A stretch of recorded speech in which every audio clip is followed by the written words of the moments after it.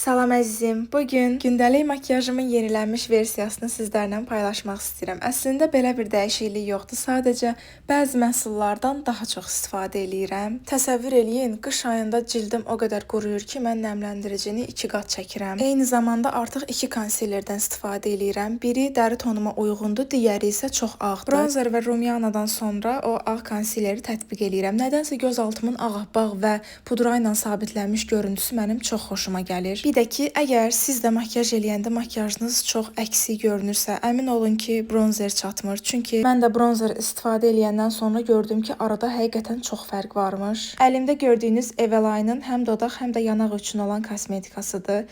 Əslində yayda almışdım, amma qışda da məncə rəngi yaxşıdır və bəyənərək istifadə eləyirəm. Bir də ki, mənim dərim quru olduğu üçün mən pudranı çox vurmuram. Sadəcə göz altıma və alnıma, daha sonra yanağımın, yəni hara qaldı başqa?